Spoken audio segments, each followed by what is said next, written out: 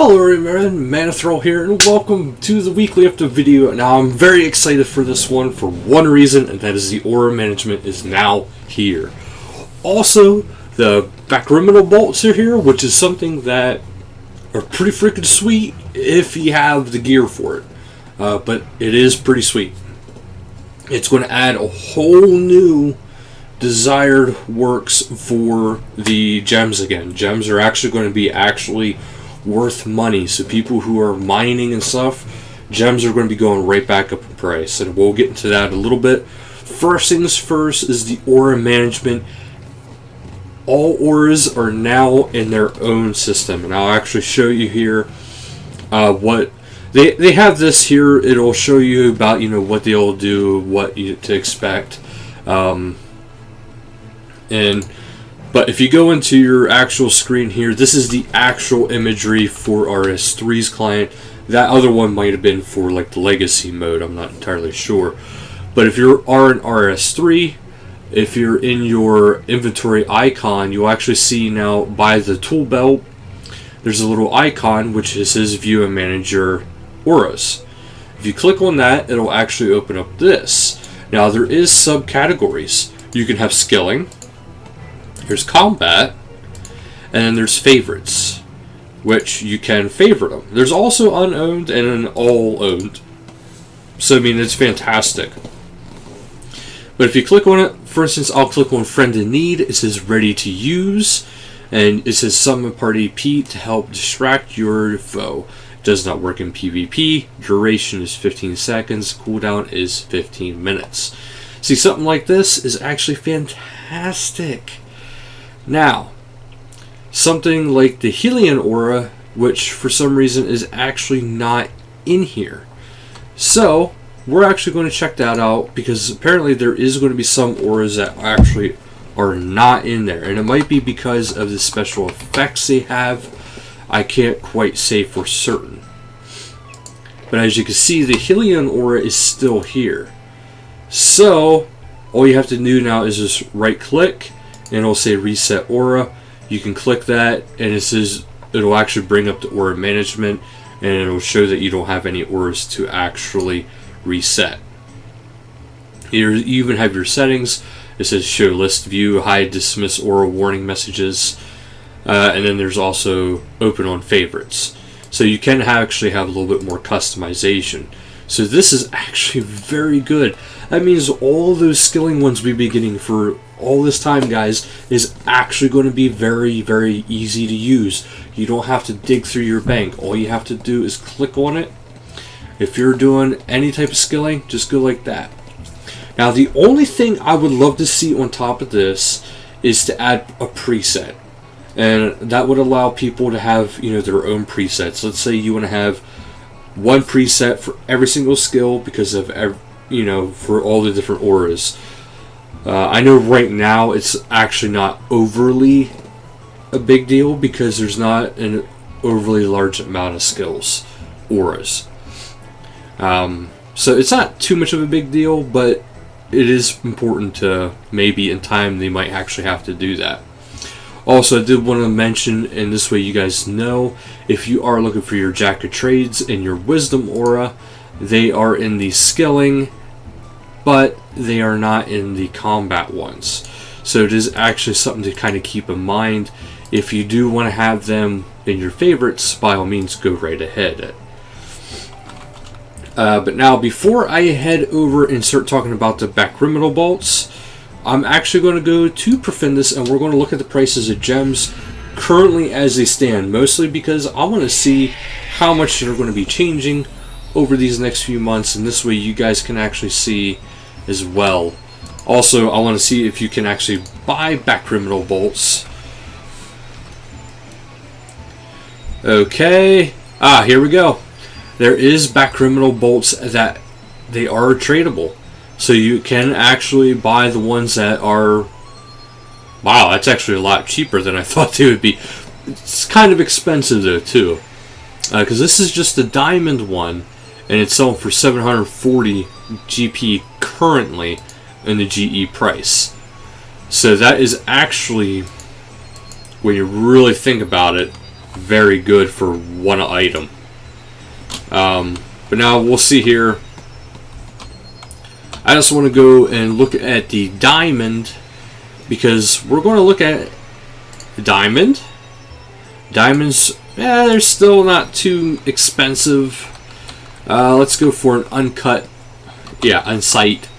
uncut diamond, which is significantly more still. So gems are actually probably going to be a lot more expensive now, especially as time goes on. And now we'll actually get into the Bakriminal bolts. I just want to log out of here and we'll finish in, and we'll get into the patch notes then too. Okay, so while that's closing out, the aura system is fantastic. But now we're getting into the Bakriminal bolts. Okay, so for these, you can use any of the 11 gems for them. So all 11 gems can be added to it. They're best in show for the bolts. They are tier 95 damage and level 99 range required to equip. What fires them? I'm not entirely sure, to be perfectly honest. I'm thinking it's going to be Ascensions, but with them being a tier 95 damage and a level 99 requirement, this might be for whenever Solak gets released. Because whenever Solak gets released, there's supposed to be new crossbows. So that is probably going to be what these are actually for. It's just this actually came first. Okay, so now for the gemstones and their effects. Opal deals Lucky Lightning, 5% chance to perform 10% more damage. Jade, Earth's Fury, 5% chance to stun your opponent for 4.8 seconds. That's actually quite a bit. Only binds in PvP.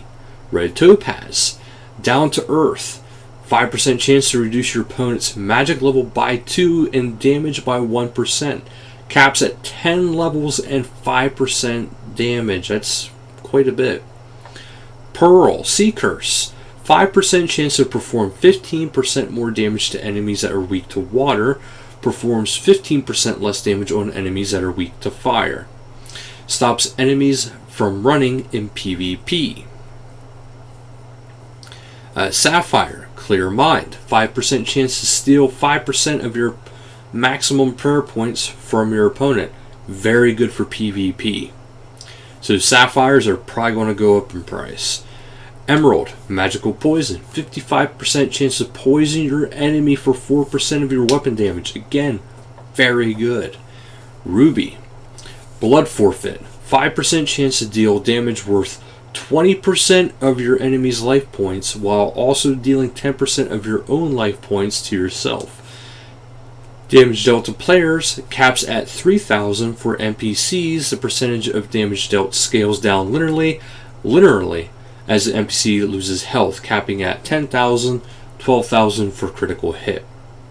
Furthermore, the chance to trigger this effect lowers by 1% for every 1 million of the NPC's remaining health, capping at a minimum of 1% chance. So the weaker they get, the less and less likely it is that it'll actually happen. Diamond is Armor Piercing, which has a 5% chance to hit with a 100% accuracy and deal up to 15% more damage. Dragonstone, Dragon's Breath, 5% chance to hit your opponent a second time for 25% of your current attack as Dragonfire. Dragons and those under Dragonfire protection are immune. Onyx, Life Leech, 10% chance to heal up to 25% of the damage, potentially capping at 2.5k and dealing 25% more damage. Amazing. And then of course the Hydrix, Death Mark, 10% chance to instantly provide 10% adrenaline and an additional 1% adrenaline from basic abilities for 15 seconds. The only thing that can make these even more amazing is if whenever you're firing, okay, let's say you're dual wielding crossbows, it'd be amazing if you could have one type of bolt in one and one type of bolt in the other, and then you could have two effects going off. That would be awesome to me. Okay, but apart from all that, I'm getting a little excited there. Solomon's General Store is also going on. There's 50% off bargains on the Death by Fire animation, Strong Arm Resting, Powerful Divination, Fist of Strength Teleport, Happy Walk, Breaking Wind Emote, Caridian Music Box, Zeros Pack, Prototype Colossus, Dragon Keepsake Key 3-pack, The Title, Zamrock Wings, Scorching Axe in the Frostwalker outfit. And those sales end on January 31st. Lootscape, keep in mind, for this month is the Lootscape. And the live streams for this week is Tuesday, January 23rd at 1700 UTC game time. It's Tech Q&A with mods Dolan and Flame. And Sunday, January 28th at 1900 UTC game time, it's PVM with Mod Lee. Now, we're going to head over into the patch notes because we love our patch notes. Alright, so NXT. The correct information is now displayed when trying to log in with the temporary ban. The hint marker now displays correctly. Displaying null models on interfaces no longer causes client crashes. Compiler flags have been improved for Windows builds. A potential cause for threading related crashes was identified and fixed. Hit marks are now able to display different colors in the NXT client. An issue that was causing certain character models to become invisible during animations has been fixed. RAM usage has been optimized for Grand Exchange uses. Some core interface logic was sped up. The memory footprint of the location system was reduced by 10 megabytes. Interface system memory was cut down by 15 megabytes. Items no longer appear invisible in player inventories and banks. I know some people were really posting about that on Twitter. Okay, graphical. The cherry tree hotspot in the player import now uses a cherry tree model instead of a maple tree.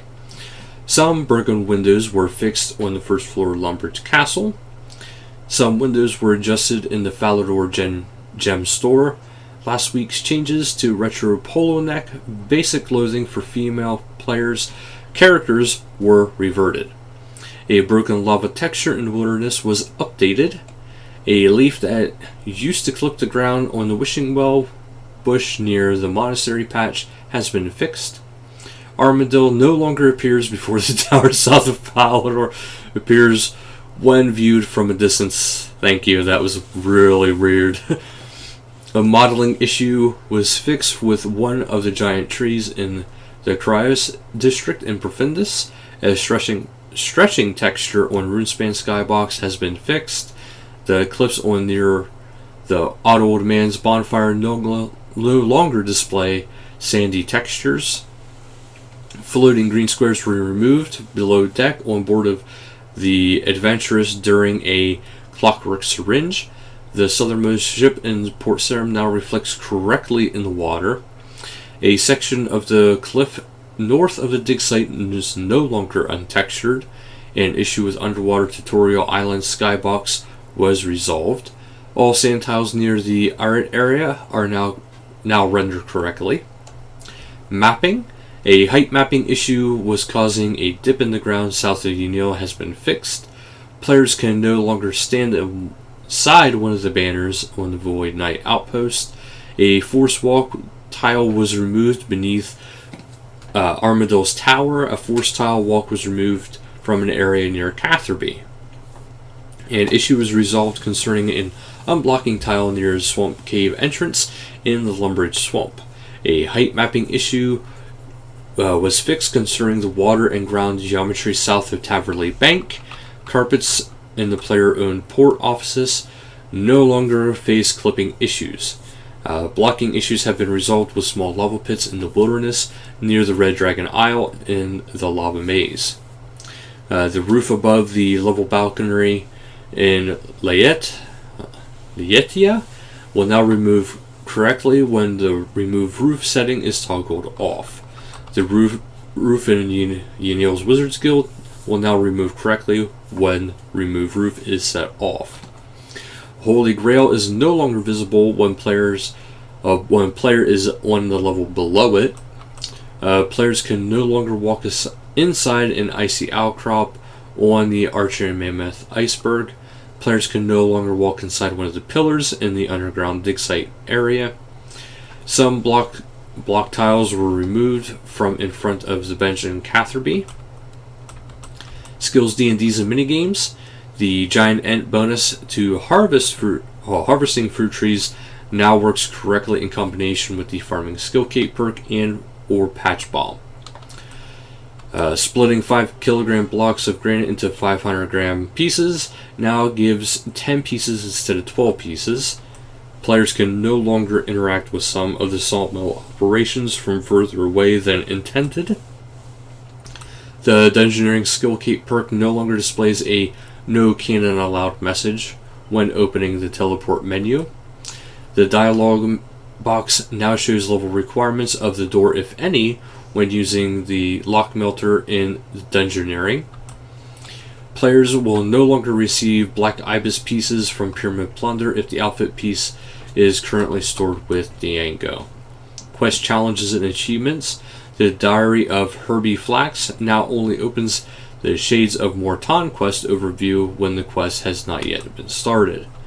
The Some Like It Cold quest journal now correctly states where to craft the rock and pop outfits. Unless unlocked during the quest, music tracks from Missing Presumed Death will now unlock upon completion by visiting the Empyrean Citadel. A barrel of cooked minnow has been added to the fishing area in a Shadow over Ashdale to help players who may not bring enough food for the Krasian encounter. Krasians defeated during a Shadow over Ashdale now drop 3 minnows instead of 1. Players now face the correct direction when using doors or stairs in Lumbridge Catacombs. Receiving Little Tuzzy will now unlock the raid's feat title on occasion that is unlocked last. The correct number of achievements is now shown under boss kills. The second shrubbery achievement is now marked as a non-member achievement locked under miscellaneous. Other players can now buy each of the Damaged God books from Jozik before completing prior books. Augmented Bounty Hunter weapons will no longer show item charges. Certain player-owned port armor pieces no longer show a broken item charge tooltip. The used versions of the Zerus God Sword, Staff of Sliske, and Saren Godbow can no longer be traded. Interesting. Rebinding the F7 hotkey will now correctly unbind it from rune metrics. The Wilderness Slayer contract tooltip no longer displays item charge. Players can now use magic notepaper on the following items: Dragon Plate skirt, legs,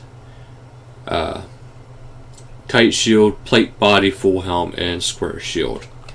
The Summit Clan cap. Whoa! The Summit Clan has had its logo added to the clan motif editor for winning a clan cup back in 2015. Shops will now only show options to buy multiples based on the amount of items in stock. The display of overhead target information was rewritten in order to fix an issue with the background layer becoming transparent unintentionally. This rewrite also improves the responsiveness and accuracy of the health bar. Players no longer incorrectly receive a message saying that they have received a dragon plate leg or skirt from a bronze dragon. Luck increasing items now affect dragon plate skirt and legs from iron dragons. Luck messages no longer appear incorrectly from infernal mages. The camera tutorial at the start of Ashdale tutorial now explains how to zoom the camera. Gudrick's opening dialogue at the start of Ashdale tutorial has been reduced by removing his premonition.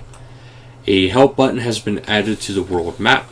The world map opening tutorial is now only open 1 page long, as the tutorial can now be repeated by using the help button on the map. The Wilderness Sword no longer prioritizes itself over the Royal Crossbow on death. Onyx Bolts E no longer trigger their healing effect twice. Adding ammo to the Kinetic Cyclone or Oldak Coil will now reliably reveal a buff icon showing how much ammo remain. Note, it says this icon will not show if the ammo perk from Artisan's Workshop is unlocked. Hot fixes for the week. Tier 2 of Sun Fury now unlocks correctly after fully upgrading. If it is still Tier 1 with 35 out of 35,000. Sanctification points, it is possible to upgrade by gaining prayer XP while having Sun Fury outfit activated. And Ironman no longer receive login messages about Vic. It's kind of good because it's a tease. Ninja fixes. Icons have been added to the world map for goblin raids and demon flash mobs in the style of the Wildy Worm. This feature can still be hidden using the Doomsayer toggle system. Dwarven multi-cannons now jam where they previously decayed. Players can repair the cannon in this state to reactivate it without needing to rebuild it. It will be destroyed as before if not repaired within 20 minutes. Feedback messages from the Dwarven multi-cannon now appear as information boxes.